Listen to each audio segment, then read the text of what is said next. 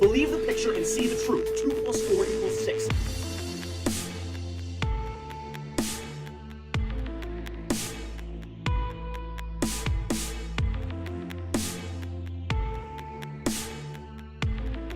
We're breaking the conditioning!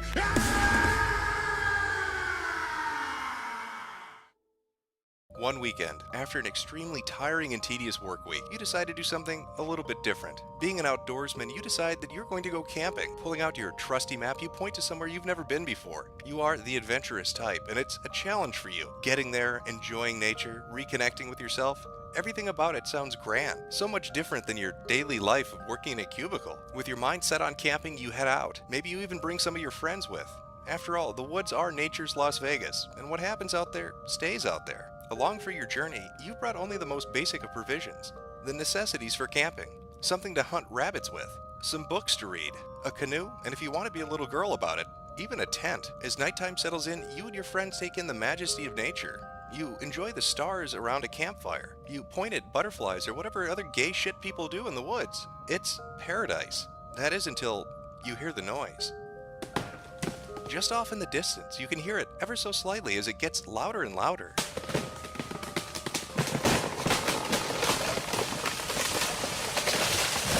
As you all frantically look around to try to figure out where the noise came from and what it is, you suddenly hear it. It's an eerie sound, almost human-like, just from the edge of the woods. It seems to be calling to you, almost as if it's speaking English, but not quite.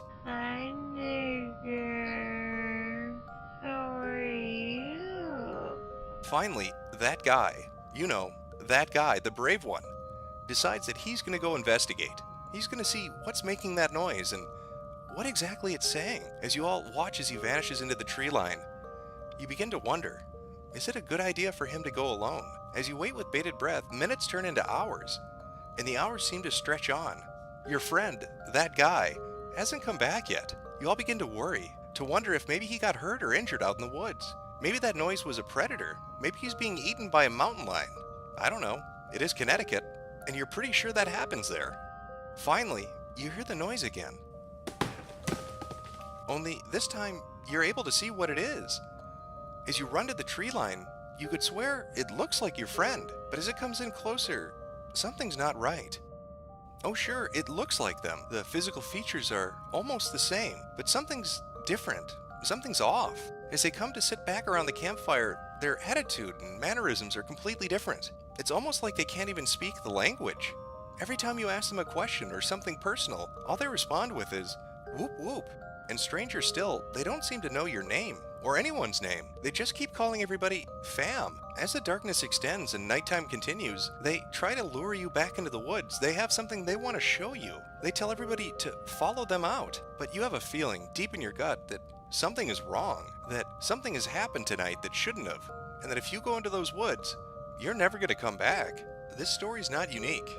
In fact, it's a common tale told across multiple communities online. From website to website, consistencies remain between each of the iterations. Usually, it involves going into the woods with a group of friends, hearing strange noises or awkward calling voices from the edge of the tree line. Somebody will go to investigate, and when they come back, they're changed. They may look the same, but they're completely different. They aren't your friend or family member anymore. And I guess that's what makes a skinwalker so terrifying. It's the idea that they can take anyone and assume their position, and that you'll almost never know. That they can pass themselves off almost perfectly as the person you once knew.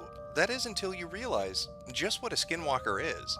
A skinwalker is a drunken Indian, a Native American who's imbibed too much firewater. And when you realize this, you can take safety precautions to protect yourself when you're out in the woods. Firstly, always read the signs. Most forest rangers are aware of skinwalkers in the vicinity. They put them into special containment areas, quarantines, called reservations. These reservations are meant to contain them, so it's important to know where you're camping and where the nearest reservation is. Skinwalkers are much like bears in that they're easily intimidated by something that's larger than them. If you encounter a drunken Indian in the woods, the correct way of scaring them off is to stand on your tippy toes and spread your arms out and holler at them. Don't back away. Don't look away. Stare directly at them and holler. And one of the biggest things to remember when dealing with a skinwalker is what every one of the stories you'll read online says about them. No one ever dies. And story after story after story, it's always people talking about encountering them and never being hurt or killed. Statistically, you have a 98.8% chance of surviving an encounter with a skinwalker. The eastern gray squirrel is more dangerous because it can carry rabies. A drunken Indian isn't very dangerous. They just trip a lot. So once you have all these facts and can utilize this information, skinwalkers pose very little risk. And these tips aren't something new. In fact, they're from all around the world. Skinwalkers aren't just a North American occurrence. Culture after culture has encountered some variation of them.